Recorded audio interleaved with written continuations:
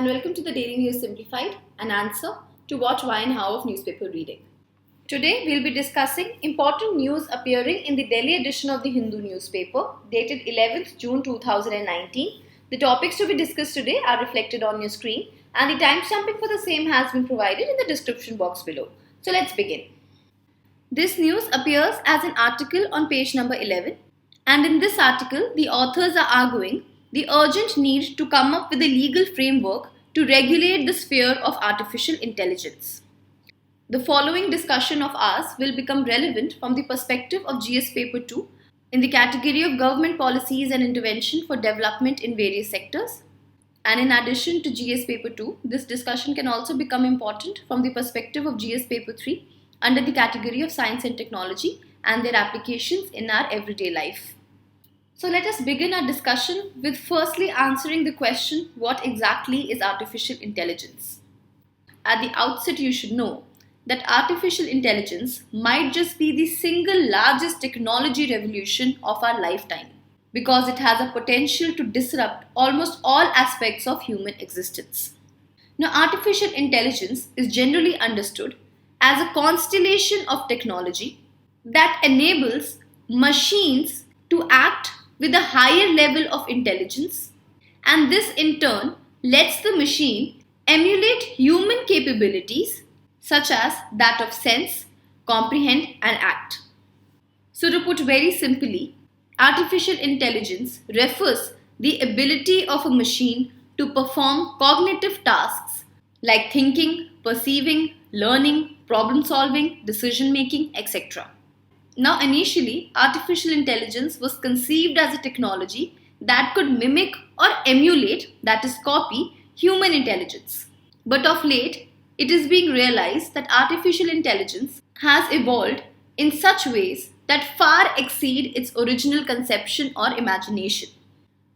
Now, realizing the potential which the artificial intelligence hold in today's world, Niti Aayog last year in June released a discussion paper on National Strategy for Artificial Intelligence. In this discussion paper, the Niti Aayog has talked about focusing on the 5 major sectors which have the chances of benefiting the maximum from artificial intelligence. The foremost of the sector is healthcare. Artificial intelligence can be used in healthcare to increase the access as well as affordability to quality healthcare services. In fact, this article only mentions an example where in December last year, a cardiologist performed the world's first in-human telerobotic coronary intervention on a patient who was nearly 32 kilometers away. So basically, by using robots, we can even perform surgeries on patients who do not have access to hospitals and specialized healthcare. In fact, just 3 days back, there was also a news that in a small village in Uttarakhand, a drone was used to transport blood sample from a remote village to 30 kilometers away in a hospital in just 18 minutes. Hence, all these are examples of how artificial intelligence can improve the accessibility as well as affordability to quality healthcare. The second sector is that of agriculture. Now, artificial intelligence in agriculture can help to increase the farmer's income as well as increase the farm productivity. Further, we can use artificial intelligence to even reduce the wastages which are caused in the sector of agriculture. A good example of this would be farmers can use the artificial intelligence in knowing the weather predictions, which will thereby give them a variety of choices in terms of the crop which they want to produce. Further, artificial intelligence can be used by farmers to monitor soil health, maintain supply chain efficiency. Artificial intelligence can also be used to determine the metabolism of crops and fruit-bearing trees, etc. The third sector is that of education. Now, AI in education can help to improve the access as well as the quality of education which is currently being imparted in our country. So therefore, the potential uses of AI would include augmenting as well as enhancing the learning experience through personalized learning, automating, speeding up the administrative tasks, predicting the need of the student, etc., all of which can help to reduce the dropout rate or even improve the vocational training in our country.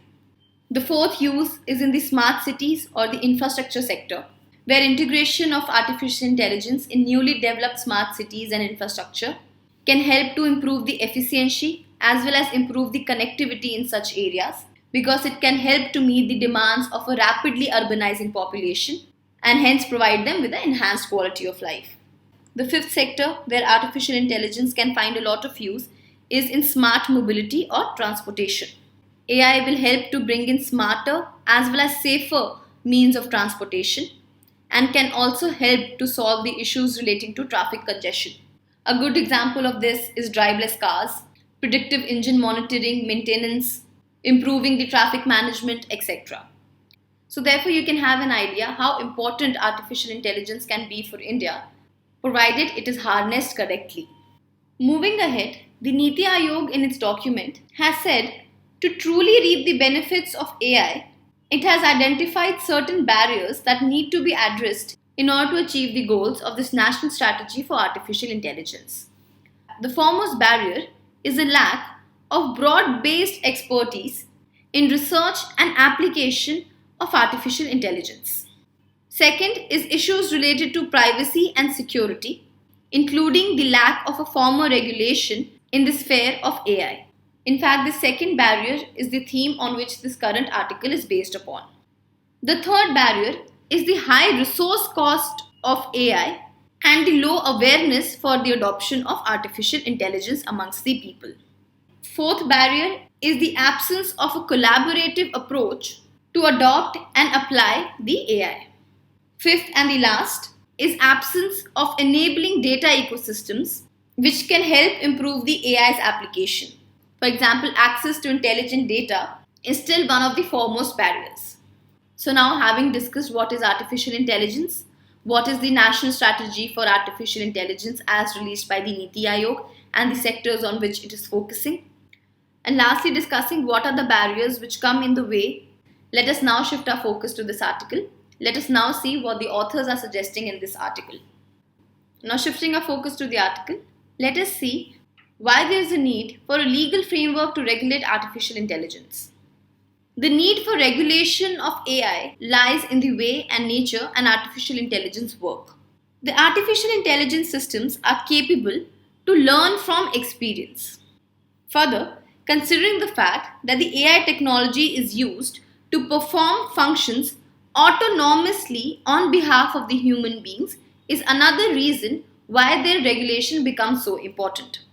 Because both of these factor their ability to learn from experience, as well as the fact that they independently and autonomously are performing function for the human beings, make AI one of the most disruptive and self-transformative technology of the 21st century. Therefore, it is but obvious that a technology which has such far-reaching implications and also holds the potential to disrupt our day-to-day lives, it is inevitable to come out with a policy where the states can try and regulate the artificial intelligence. To give you an example, the authors in this article are saying, what happens if electricity supply suddenly stop while a robot is performing a surgery and the access or a connection to a doctor is lost? Further, what happens if an unmanned aerial vehicle or a drone goes and hits a person? Hence, the authors are saying it's high time that all countries, including India, should be legally prepared to face such kind of disruptive technology. Moving ahead, the author then tells us what can be the possible challenges while adopting a legal framework for regulating artificial intelligence. Now, both these challenges are there because of the way criminal jurisprudence works.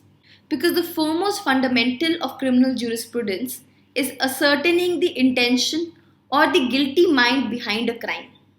Because the foremost principle of criminal law is that while a person is doing a crime, there needs to be an intention to cause such a harm or to cause such a crime. Hence, guilty mind or intention is one of the foremost factors on which crime depends. But when it comes to artificial intelligence, ascertaining this intention or guilty mind becomes extremely difficult because at the end of the day, artificial intelligence is a technology and not a human being.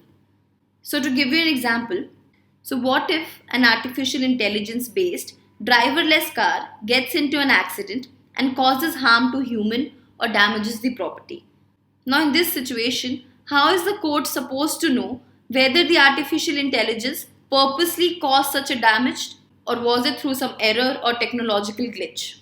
Further questions like whether robots can be used as witness during criminal procedures, or whether artificial intelligence can be used as a tool to commit various crimes. Such kind of questions are very common while deciding upon a legal framework to regulate artificial intelligence. The next challenge which can possibly arise is related to fixing the liability for that act or a crime. Because again, in criminal jurisprudence, in order to hold somebody guilty or to convict someone for some act, offense or a crime, the court first needs to fix the liability. That is to say that this particular person was responsible for this particular act. But considering the fact that artificial intelligence is an inanimate technology, that is, it is not a human being, it again becomes difficult as to who should take the responsibility for an act. And then lastly, the authors have provided certain way forward or suggestions. The first and the foremost is that we need to have a legal definition for artificial intelligence. Because having a legal definition will help to ascertain the legal personality of artificial intelligence. Because again, in India's criminal law jurisprudence, it is essential to establish the legal personality, because having a legal personality means that there will be certain rights and obligations which will be attached to that legal personality. The second suggestion is to have a strict liability for the manufacturer or the producer of that technology. Because again, since artificial intelligence is considered to be inanimate, the strict liability scheme should hold the producer or the manufacturer of that product or technology liable for harm regardless of the fault. Now, strict liability again is a concept of law. To very simply say, strict liability is a legal doctrine which states that a party will be responsible for their action or their products regardless of the fact whether there was some kind of negligence or fault on their part. Now, usually strict liability is imposed in activities which are considered inherently dangerous or hazardous. For example, keeping wild animals will attract a strict liability.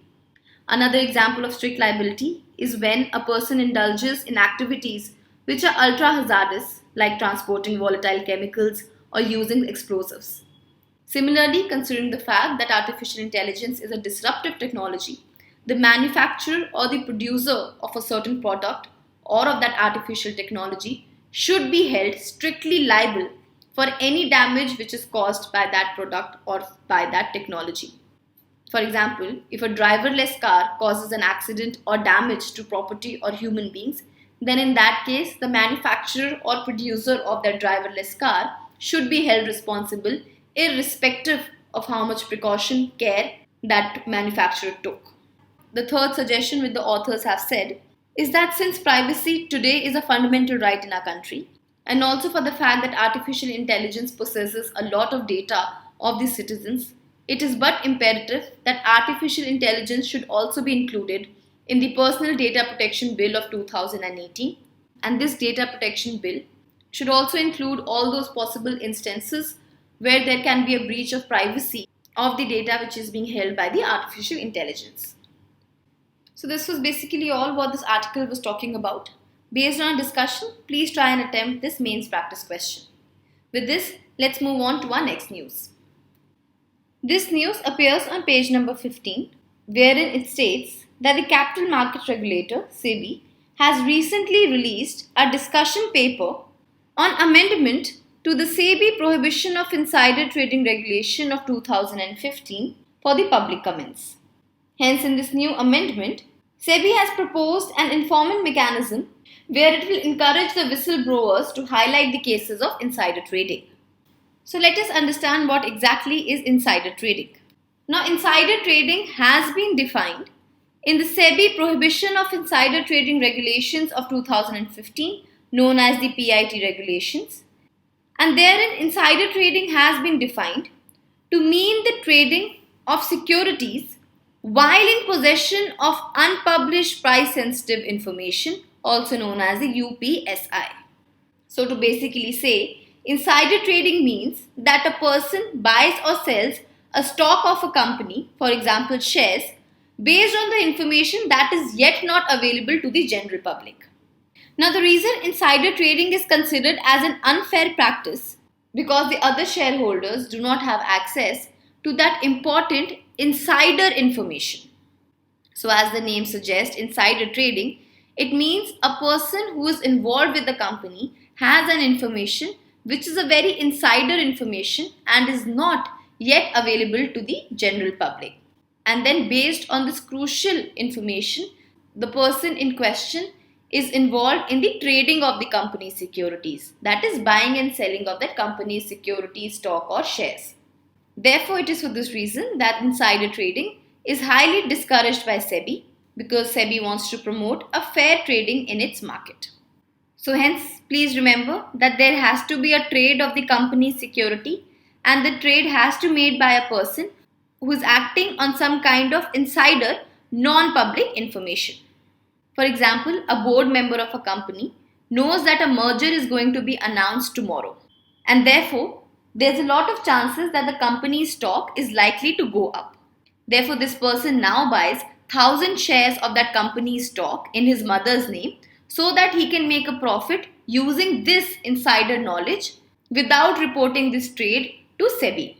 So here, as you will see, this person is acting on that insider information which is not available to the general public. Hence, he has traded the stocks based on this information and is gaining an advantage. Hence, insider trading occurs where very crucial information, which is very important to make investment decisions, is known by some person associated with that company, and based on that information, the person or his relatives or known associate buy or sell the shares or the stock of that company, but to the disadvantage of the other people who are not yet aware of that information. Finally, as per the SEBI Act, insider trading is punishable with a penalty which shall not be less than 10 lakh rupees, and the maximum penalty can also be as high as 25 crores or 3 times the amounts of profit made out of insider trading. Further, the Act also says that insider trading is punishable with a prison term of up to 10 years. Now, many cases of insider trading are brought to public attention not necessarily through any audit report or regulatory investigation, but largely through whistleblowers. Hence, in this regard, SEBI has proposed the following mechanism to encourage the whistleblowers to highlight the cases of insider trading. The first is the submission of a voluntary information disclosure form. Now, under these guidelines, informant is required to submit voluntary information disclosure form with complete and original information relating to any act of insider trading. Secondly, it talks about establishment of an independent office of the informant protection. Now, an independent office of informant protection may be established by SEBI to devise the policy relating to receipt and registration of a voluntary information disclosure form. Further, it is also stated that the informant would need to disclose his and her identity at the time of submission of the form, and in case the informant decides to submit anonymously, the information form shall be submitted through an authorized representative who is a practicing advocate. Thirdly, it seeks to protect the confidentiality of the informant, wherein the identity of the informant and information provided shall be protected through this Office of the Informant Protection. Further, in order to prevent the victimization of the whistleblowers, SEBI has proposed that all the listed companies should include relevant provisions to prevent victimization of the whistleblowers. Next is the grant of reward. If the information which is given by the whistleblower leads to a minimum penalty of 5 crores, then that whistleblower shall be provided with a monetary award of 10% of the money collected by the SEBI, subject to a cap of 1 crore rupees.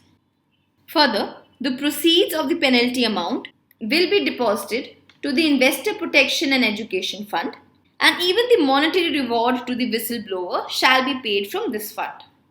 Lastly, in order to control frivolous complaints, it is the Office of the Informant Protection which will determine whether the information submitted is frivolous or vexatious, and then SEBI may initiate appropriate action against the informant.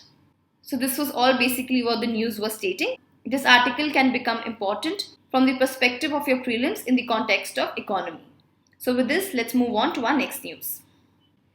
This news appears on page number 9 and reports that more than 1,000 farmers in Maharashtra's Akola district sowed the unapproved transgenic varieties of the cotton and the brinjal to mark their protest. Hence, in our today's video discussion, we will be talking about the BT cotton, which will become important from the perspective of GS Paper 3 under the category of technology. So before we go on to see what exactly is the HT-BT cotton, let us first understand more about the BT cotton. Now, BT cotton is an insect resistance transgenic crop which is designed to combat bollworm. Bollworm is one of the most common insects which infest the cotton plant in India. Now, the BT cotton is produced by gene coding technique in which a BT toxin is inserted into the cotton as a transgene. This BT toxin is obtained from the strains of a bacterium known as Bacillus thuringiensis, hence suggesting the word BT. Now, when this BT toxin gene is inserted into the cotton plant then is genetically modified and produces naturally occurring insecticide. Hence, in short, this transgene which is inserted into the cotton plant produces toxin crystals which an ordinary cotton plant would normally not produce. And this naturally occurring insecticide gives the cotton plant a protection against bollworm. Now, coming back to what is a GM crop.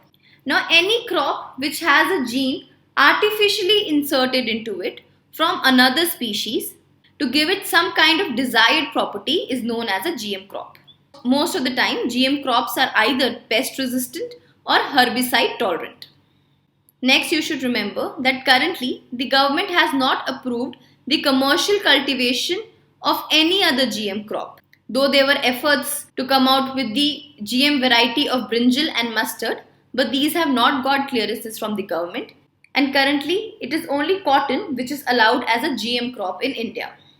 Moving ahead, the first GM crop variety which was approved for a commercialization was BT cotton. And this BT cotton is developed by Monsanto. Monsanto is a multinational agricultural biotechnology corporation and is the largest producer of genetically engineered seeds. So BT cotton 1 was introduced in 2000 and then BT cotton 2 was introduced in 2006. Moving ahead, let us understand what is the issue with the BT cotton production, especially BT cotton 2 in India.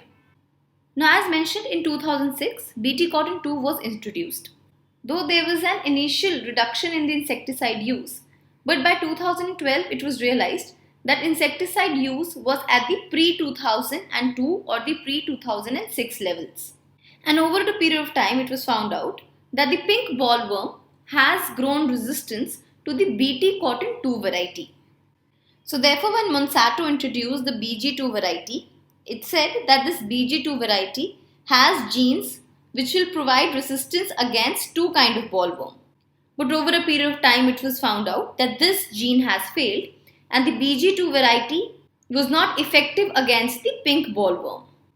So therefore, now the Indian farmers thought that it is better to again revert back to BG1 technology, which was at least effective against one kind of bollworm. Moving ahead, it has been found out that the pink bollworm has grown resistance to the BG2 only in India. So let us see why it has happened only for India and not for other countries like USA or China. Now the reason is that this pink bollworm has grown resistance because India restricted itself to cultivating only the long duration hybrid of the BT cotton variety ever since it was introduced in the year 2002.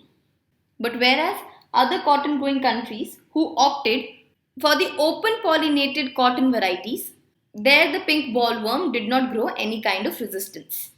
So that brings us to the question why the Indian farmers went for the long duration hybrid. The reason is that hybrids are crosses between two crops in where the yields are comparatively higher than their parent's crop. So therefore initially the want for a higher yield was the reason why Indian farmers went for the hybrid variety of the BG1. But when Monsanto licensed the BG2 to Indian seed companies, the agreement said that in India only the hybrid variety of the BG2 will be introduced. The reason for this is that the intellectual property laws in India are such that several seed companies in India prefer the hybrid breeds because, unlike the open pollinated variety, the hybrids lose their genetic stability when the seeds are replanted. So, what used to happen when the seeds were replanted by the farmers? They used to lose their genetic stability and were not offering any kind of protection. And this compelled the farmers to repurchase new seeds every year. Now, the hybrid seeds are expensive in nature, and since they are expensive, this forces the farmers to cultivate them at low density. That is to say, since they are expensive, farmers do not cultivate a lot of them, but rather cultivate very less of them. Hence, it has a low density. And therefore, in order to make up for the low density, Indian farmers grow these crops for a longer duration of time so that they can produce enough cotton. So therefore, this long duration of Indian cotton crops gives the pest more time to thrive and evolve and develop resistance against the Bt toxic. In addition to this, it is often argued by scientists that the Bt cotton is not suitable under the monsoon conditions which are very much prevalent in India. But regardless of this, the main issue is the cultivation of the long duration of the hybrid varieties instead of the open pollinated cotton varieties of the BG2. Lastly, coming down to HT-BT cotton or the Bolgard 3. Now, HT stands for herbicide tolerant, and herbicide tolerant crops are designed to tolerate a specific broad spectrum herbicides which kill the surrounding weeds but leave the cultivated crop safe and intact. The reason is that weeds are a constant problem in farmers' field, and if left uncontrolled, they can reduce crop yield significantly. So weeds are usually either removed with tillage, hand weeding or herbicides. But the heavy use of herbicides lead to groundwater contamination, death of various wildlife species, as well as it affects the crops also. Therefore, this Bolgard 3rd has been introduced, which is an innovation in the BT cotton series because it takes care of the weed problem at a much lower cost as compared to physical labor required for weeding. Now, this HT-BT cotton contains a gene which is resistant to the glyphosate. Glyphosate is a weed killer. So, since this Bolgard 3 has a gene which is resistant to this weed killer, this Bolgard 3 in a way is herbicide tolerant.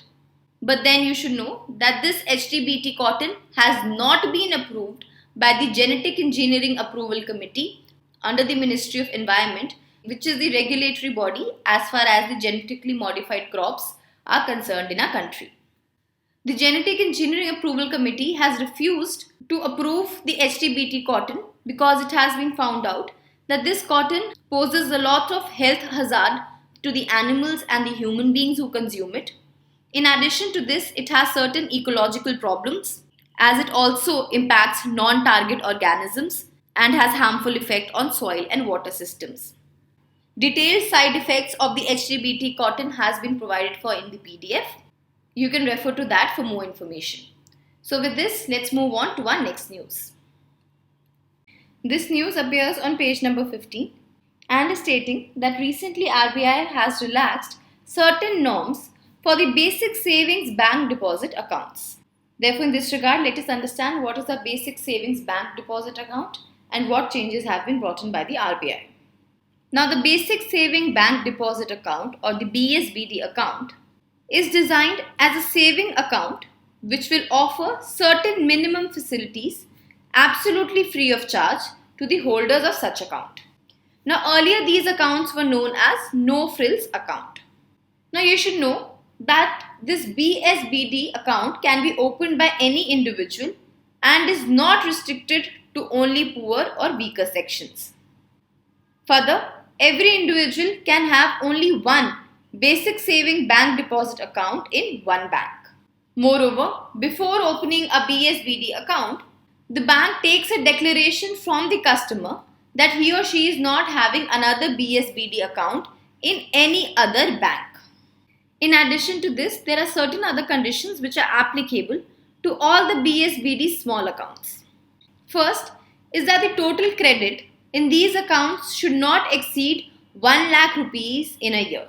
Second, the maximum balance in such an account should not exceed 50,000 rupees at any given point of time. And lastly, total debits either by cash withdrawal and transfer in a month cannot exceed 10,000 rupees. Moving ahead, in order to provide better customer services, the RBI has decided to relax certain norms and change certain facilities associated with the BSBD account. Firstly, they are now allowed to deposit cash at any bank branch or through even ATMs or cash deposit machines. Further, they will be allowed to receive money through any electronic channel or through means of deposit checks drawn by the central or the state government agencies and departments. Thirdly, now there is no limit on the number and the value of deposit that can be made in a month. Further, they will be allowed a minimum of 4 withdrawals in a month, including ATM withdrawals. Lastly, they will also be provided with an ATM or an ATM cum debit card. In addition to this, the banks can provide such customers with additional value-added services, for example, issuing of a checkbook. Now, though availing such additional services is totally at the option of the customer, that is, it is customer's wish whether he wants such additional services or not. But however, if the bank is offering such additional services, the banks will not ask the customer to maintain a minimum balance in the bank account. So this was all what this article was saying. This can become important for the economy section in the preliminary examination. With this, let's move on to our next news. This news appears as a lead article on page number 11, and in this article the author is talking about the foreign policy challenges that faces the new government and how India should realign its policy in the backdrop of the global uncertainties and the mounting trade wars. This news will become important from the perspective of GS Paper 2 under the category of International Relations and Foreign Policy. The first challenge is related to the neighbourhood issues which India is facing. Now, in his second run, Prime Minister Narendra Modi decided to call BIMSTEC rather than the SAARC members for his swearing-in ceremony. And this clearly highlights a new neighbourhood emphasis by India.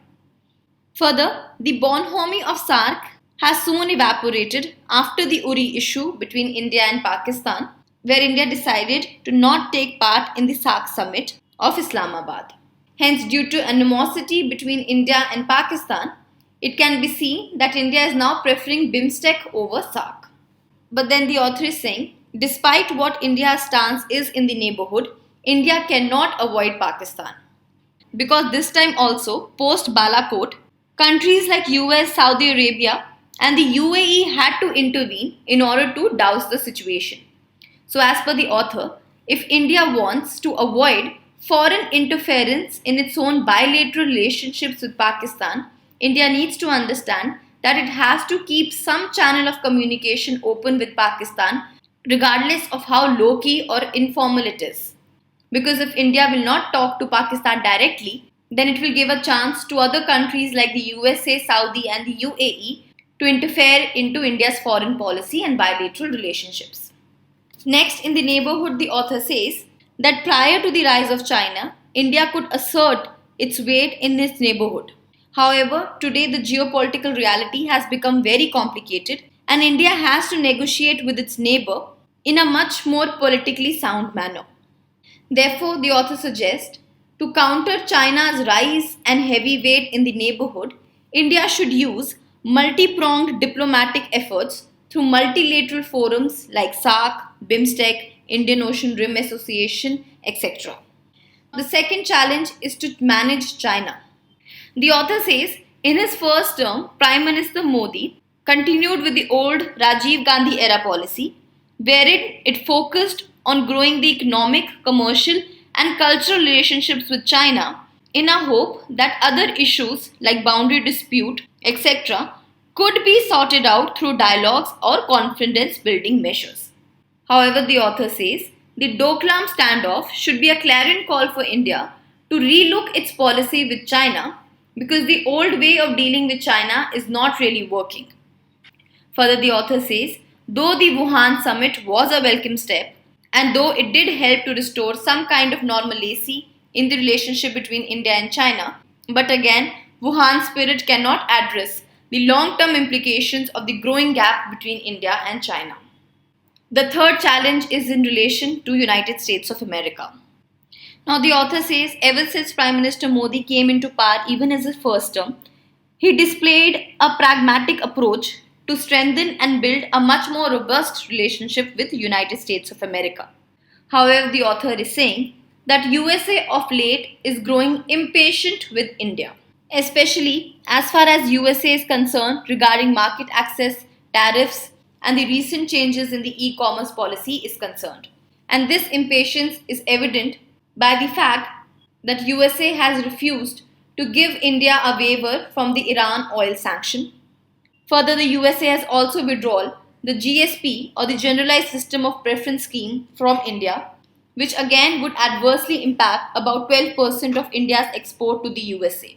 Further, the author says India also faces a lot of threat from the CAATSA, which is the Countering America's Adversaries Through Sanctions Act, because it is very likely that the USA will impose this law on India if India purchases the S-400 air missiles from Russia. Further, another potential tricky issue is related to the Huawei, which is the current prime target in the US-China technology war. So the question whether India will allow Huawei to participate in the 5G trials or not is another challenge. Therefore, in conclusion, the author says that India's closeness with the fickle United States will be watched closely by both Russia and China, because both Russia and China want a common front against the United States of America. Hence, the author suggests that it's high time the Prime Minister tries to exploit new opportunities, especially in the neighborhood, so as to strengthen its position in the new geopolitical system. So with this, let's move on to our practice questions. Now, based on our today's discussion, here is the first set of a prelims practice question. Please pause the video and solve the questions. We'll discuss the answer after 5 seconds.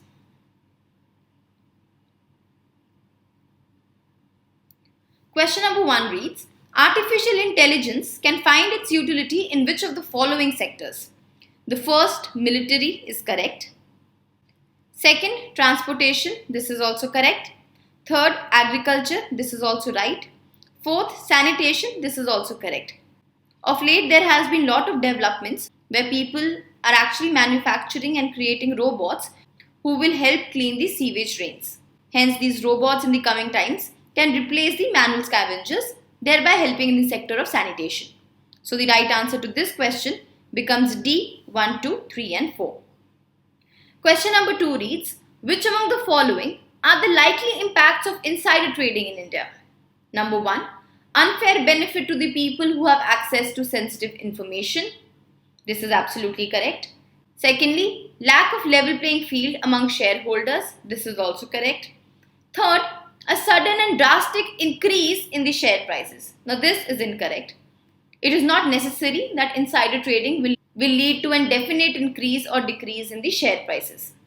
In fact, the share prices are nowhere concerned with the insider trading. Hence, the right answer to this question becomes B, 1 and 2 only. Now, here is the second set of a prelims practice question. Please again pause the video and we'll discuss the answer after 5 seconds. Question number 3 reads, which among the following are approved to be commercially grown in India? Number 1, BT brinjal, this is incorrect. Second, BT maize, this is also incorrect. Third, BT cotton, now this is correct. In fact, BT cotton is the only GM crop which is approved to be commercially grown in India. Hence, the right answer is B, 3 only. Question number 4 is in respect with the basic savings bank deposit account. Number 1, they can be issued checkbooks. This is absolutely correct. Second, total credits in their account cannot exceed 1 lakh per year. This is also right. Third, only available for poor and weaker section. This is incorrect. It is available for everybody equally.